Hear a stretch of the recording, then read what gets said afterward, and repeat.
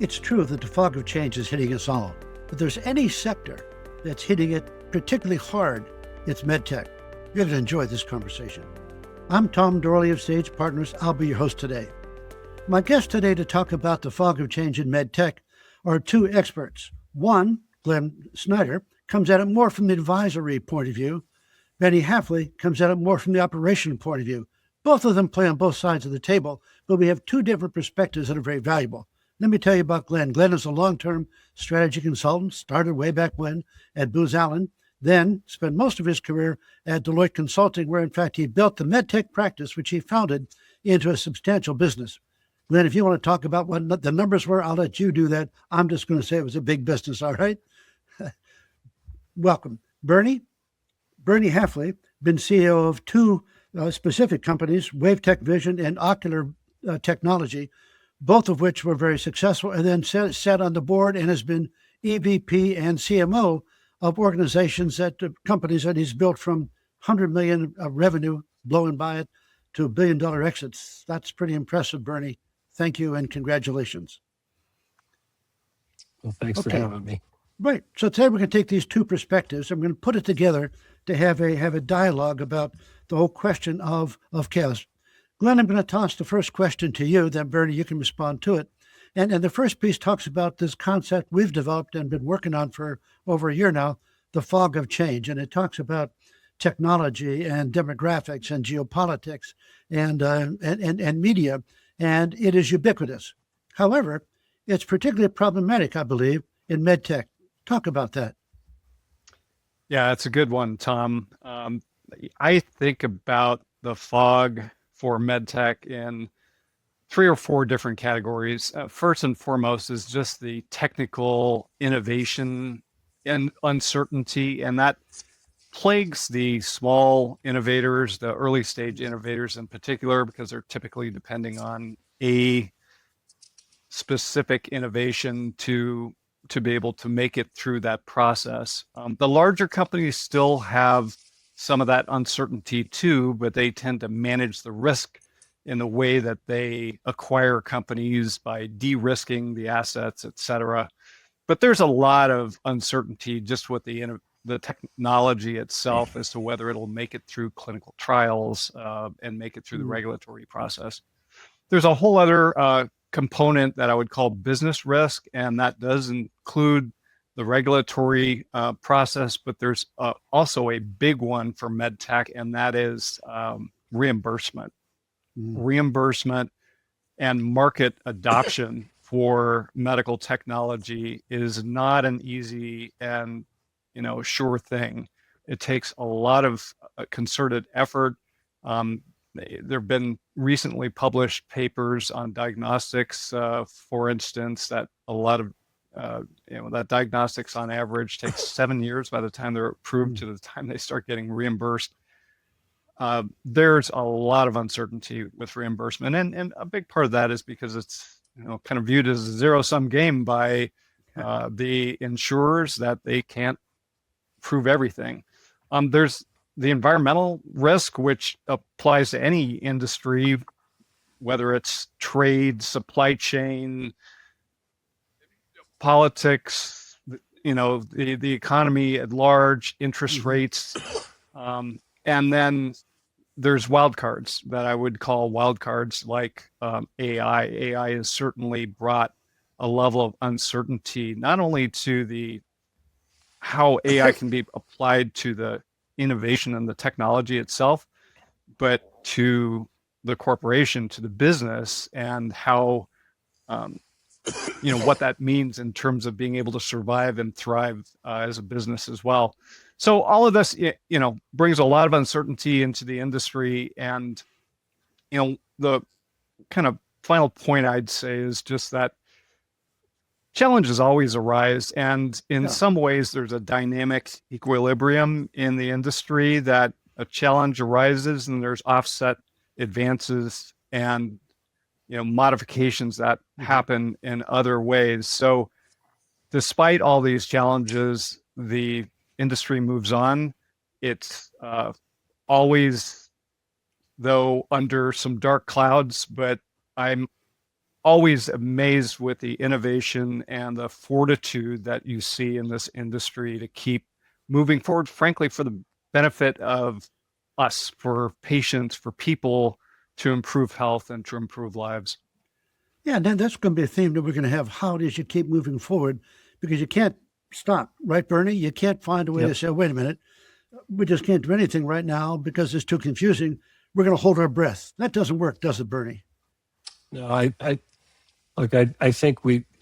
taking the operator view, we've always been operating in a certain level of uncertainty, even before this accelerated rate of change, and so perhaps we need to be even more adaptable. I love the notion that it's not the strongest or the fittest that survive, it's the most adaptable, right? So as all of these changes are happening, are we able to sense them and respond to them of course in a way that's more agile than perhaps the traditional models allowed for, right? A year planning cycle is not fast enough.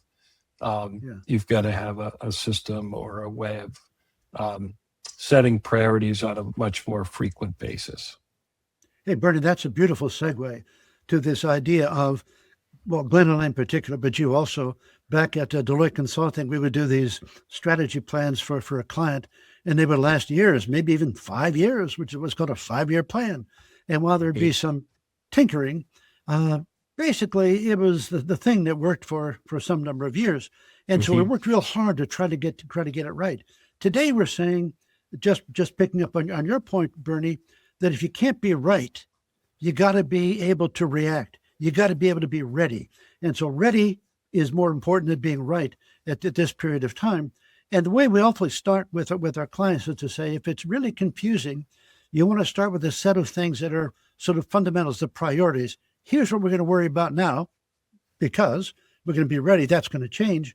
But for now, we call that a leader's change agenda. Bernie, talk about how you say, and you said in the conversation we had earlier, how you bring focus to some small number of priorities that are the guiding forces. Yeah, I think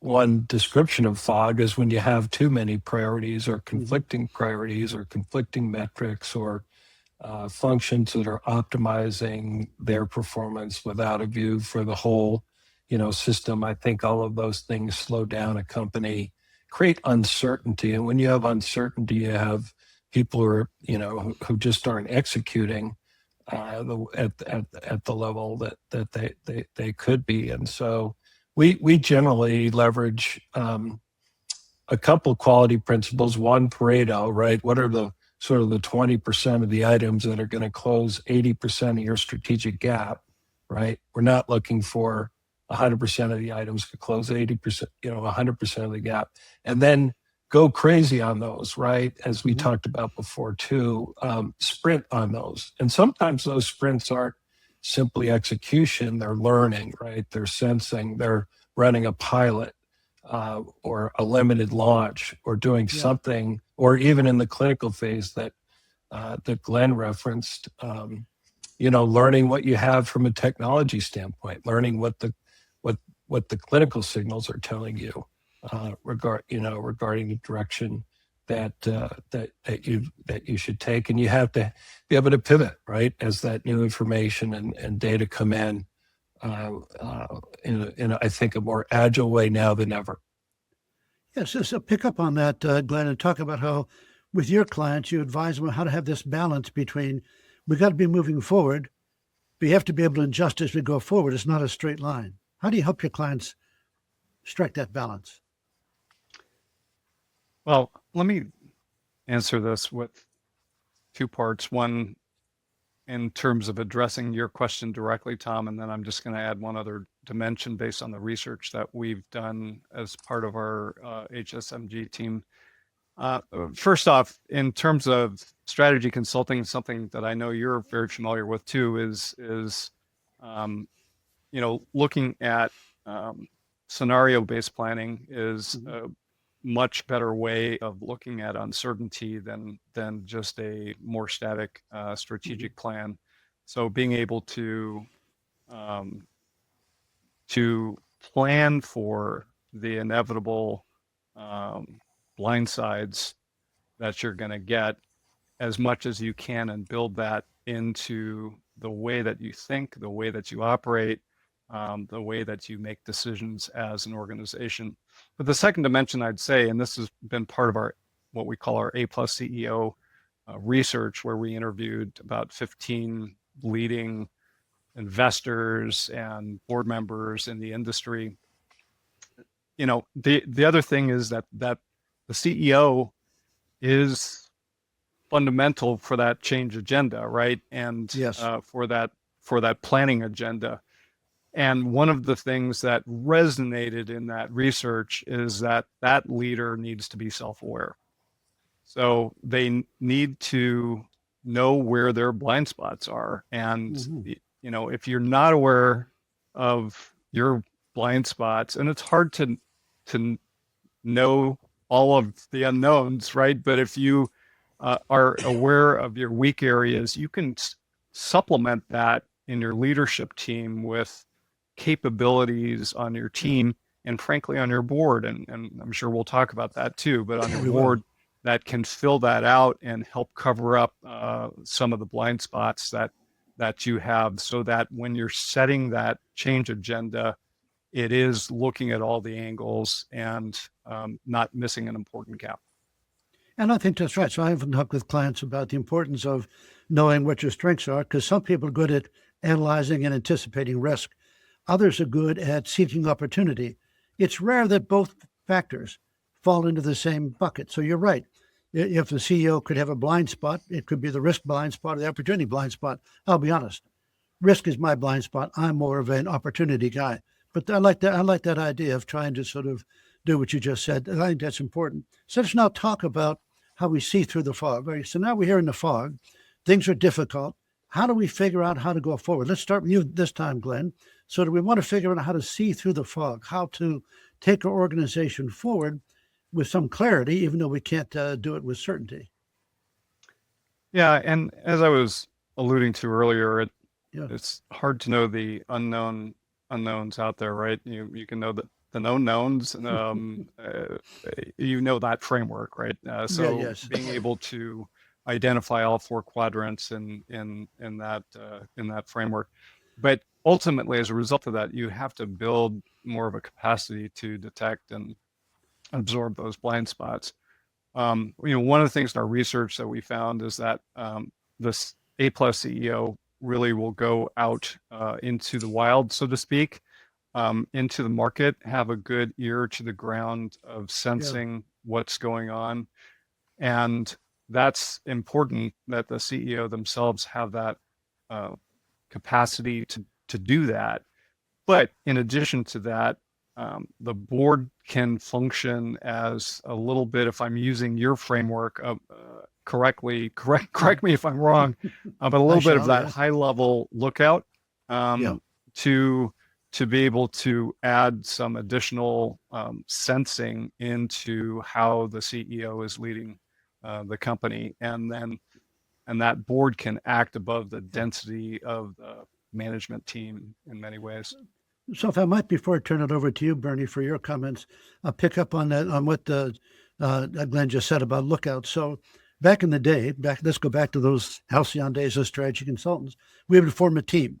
And the team would have one set of activities, go out and figure out what's going on, analyze the market, talk to competitors, look at customers, figure out what the people inside your organization want. Then they'd bring it to another group and we say, let's make sense of it. And from there, we'd go to the CEO, the C-suite, and say, here's what you ought to do. We now call those people lookouts, that one group who is the sensors going out, figuring out that stuff. And then scouts is what we call the group that comes together. Now, I didn't call them that way back when, but they were in place. Here's the big difference, I think, and you hinted at it right there, Glenn. At the end of the assignment, what happened? Everybody went back to their day job, the way they went. So today we're saying those capabilities need to stay. They need to be somehow embedded in your organization, your enterprise, so that you're getting that feedback constantly and making sense of it. Bernie, that resonate with you? Yeah, absolutely. And, the way I think about that feedback is in the form of the key stakeholders, right? What are your current customers saying? How satisfied are they? What one or two things could you do to improve their willingness to recommend your product or service, right? Likewise, teammates or employees, how likely are they, what's their engagement level, and what one or two things can the company do to drive increased engagement? And then finally, and generally most importantly, at least from a business standpoint, is the shareholder. And again, bringing our Pareto friend back into the conversation, what are the sort of the one or two key things the company can do to drive increased shareholder satisfaction and shareholder value, right? And so those become sort of Paretos, if you will, within a tree. And then and that's where another quality principle comes in, which says that we're not going to do everything. And we're not going to let perfect, we're going to make some decisions. We're going to come together as a team. We're going to use voting and sometimes facilitation, but we're going to make some decisions. You may, as an individual, you may not like all of the decisions, but we're going to make them as a team. We're going to reach consensus, and then we're going to lead with clarity, right? One of my clients, Scott Drake, who runs Cordis down in Miami Lakes, he's a Massachusetts guy, so he calls it wicked strategic clarity. Like, I want everybody to know in no kidding terms what the highest priorities are for our success as a corporation. And those aren't etched in stone. They're not forever. They can be adjusted based on changes in the environment, changes in the inputs from those stakeholders, right? But they aren't changed in the corner office. They're changed through a collaborative, diverse team. Yeah, and I like that. So back when Deloitte, after I left Deloitte, the CEO formed something called the Board Leadership Foundation or Forum, Board Leadership Forum. And I was a member of that. And one day after, we were talking about this whole idea of how do you balance those two things, right? Intense focus on what has to happen now, but doing something that takes risk in the middle of things. And we came to this conclusion that that's a tough job, but that's what leaders do. And so that's what you said. You try to build consensus, but eventually, right, Bernie and Glenn, somebody says, okay, that's it. And then when that's it, we go until something forces us to change. But you want to have, as my client from Kimberly-Clark or Darwin Smith used to say, you're on the bus or you're not. And I only want people on the bus with me who are with me, right? Yeah. That's right. So let's do this. Let's pick up, you talked about this earlier, Glenn, this idea of the board. So increasingly in our conversations, we're trying to figure out where do we get good information? Where do we get things that we might not have thought about ourselves? And the idea has come up increasingly on these podcasts and also in conversations with clients that maybe the board can help. The board is an underutilized asset. So on my last podcast, which they'll drop in a week or so, with John Donovan, who's formerly a Deloitte consultant and also a CEO of AT&T, and is now sits on the board of USDO, Palo Alto Networks, and Lockheed Martin. And he talks about how it's hard to hit this balance, but you have to get over the fact that you do want insight from the board. So you want to say to the board members, I want your insight, not just your oversight. The oversight's that fiduciary responsibility, right? But give me some insight so that I can find something that I might not have thought of because I don't work in your industry or in your market or whatever.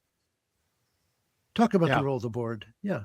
These are great points. And, I would just say that most of the friction between the CEO and the board starts with a category, or it starts with the CEO treating the board as either an obstacle or an authority, and neither is right. The board's role is governance and strategic counsel. So, treating the board not as your audience, but as your partner is important. To think of it at the board meetings as a decision forum, not a reporting session. And so these differences are key. One of the people that we interviewed for our research, Todd Pope, he said the best way, or know the best way to orbit the board, not too close, but not too far. Signal that you have confidence and capability to execute, but reach out when you need their value. Another thing in our research, we found some great HVR articles. There's one by Garfield, and he said that 72% of CEOs find it harder to set priorities amid disruption, yet 87% say their board has the right people to help. Well, that's a contrast. Yes. How does that work? Where's this disconnect happening, right? Yes. And so really one of the fundamentals for that A+ CEO is engaging that board and treating that board effectively. Now there are other questions that come up about not all boards are highly functioning, and so you can get into situations where you have individual board members or perhaps a chairman who's not as effective as they could be in helping harness that capability, but that's a whole other topic. So Bernie, pick up on that idea and talk about, as we did in our prep call, how you see the board that you sit on, the boards that you sit on. Yeah. Well, how do you see this idea of bringing insight? Yeah, I agree 100% with Glenn and was involved in the research. And I do think it comes down to self-awareness, which leads to transparency and candor, right? I think the best CEOs, the A+ CEOs, had the confidence and the ability to start their board meetings with the problems, right? I used to, when I was CEO twice, I would often say the good news could wait. That we're going to start with the stuff that we're struggling with. And to your earlier point, Tom, let's partner up on this. Let's think together through our options. And while we don't want you coming into the business and making decisions, we want to make sure that the way we're thinking and the way we're executing is aligned generally with how you think. Alignment is critical with the board, and if you're not transparent, you can't get that. I have seen some boards that are misaligned, right, where half the board is looking for growth and the other half is looking for EBIT. And by the way, there's no way that board's not going to function, right? The CEO is going to go crazy trying to serve all these various masters. But when a board is working well and really, focused on governance, staying in their kind of in their lane, it can be just the one of the best assets a company can have. And when it's not going well and it's not aligned and there's other things going on, it can be one of the most damaging aspects of the company. So it's really interesting that to think, at least for me, to think about it in those extremes.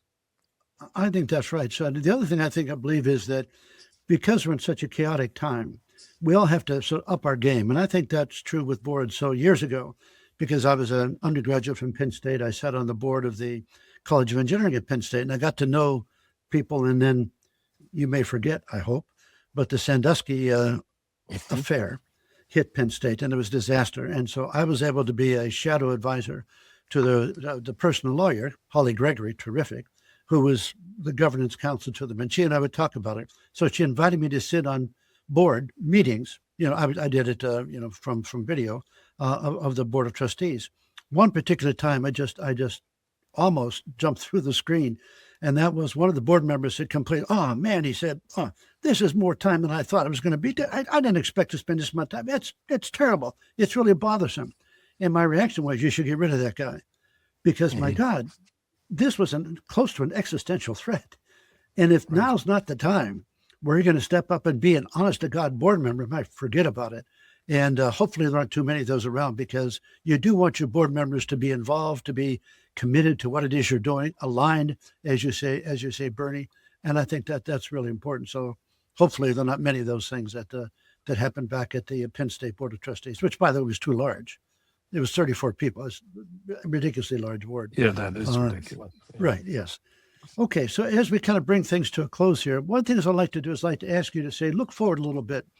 in your own life and then even beyond your own life and say, what do you see down the road? What do you see in the future? Are you optimistic? Are you concerned? Glenn, you want to take a first shot at that? And Bernie can get a chance to think about it a bit. Sure. I would say I'm an optimist, and Yep. I like to look at the glass as being half full for sure. With just the pace of change nowadays, and one of the things I get very excited about is the amount of innovation that's going on in this industry, and certainly AI has given a big catalyst to that innovation. So I'm really excited and optimistic about where healthcare is going, where MedTech is enabling better healthcare, and then with that comes the broader AI question, and I do think it's an opportunity engine for all of us individually, but at the business level to be able to really change the game. And so for the innovators, the entrepreneurs in the world, this is a very, very exciting time. Bernie, are you on board with that? Do you have a little bit of a Yeah, twist? I'm an optimist. I think, on the big wave that we're surfing now, or the beginning of the wave, I think in both AI and synthetic biology, I see the upside, right, of both and the symbiotic relationship, right? So we can design molecules in months that previously took, years and even decades using AI. And so I'm optimistic that we'll crack the code on some of this, especially elusive gene therapy, and start solving for some of these chronic diseases that some percentage of the population suffer. On the other hand, I am concerned, I think as we all are, with the world's ability to govern, and the scientific community's ability to govern these incredibly powerful technologies that just keep getting faster and cheaper. And we saw in biotech how quickly one Chinese researcher went across the germline and kind of shocked the world by not following the right ethical and review process. And so it's a big responsibility for us as a world, really, to govern these things. But if we are able to do that, with that caveat, I'm incredibly optimistic about the future. I like that too, and I fall in that category. But I also do have this concern that there can be a lot of displacement. People who sort of were doing one thing for 30 years and now their skills aren't needed. And I hope we do a better job this time than we did during the Industrial Revolution of creating a transition path, a way in which people can learn new things and find new ways out and be able to reboot even in their 50s, 60s, or whatever. But I'm not so worried about the 20s and 30s, right? Those folks have been in, for example, this wild west of the social media, so they understand all that. So they should be able to do it. So I just hope we do that better. But I also, I'm very hopeful. I think our best days are ahead of us. No question about it. Bernie, thank you for your wisdom. Glenn, thank you for your wisdom. I appreciate it. And I think that the folks who listen to what it is we have to say and what you had to say are going to go away much wiser, much more sage, as it were, than they were coming in. So thank you both. Thanks for having us. All right. And thank you all for participating and for coming into the conversation. I look forward to our next time we get together. Until then, take care and be well. Change has never come faster or hit us harder. In the fog, leadership is the light that cuts through. I'm Tom Dorley. Thanks for joining me on our Focus on Growth, Navigating the Fog of Change series. Until the next time, keep leading forward.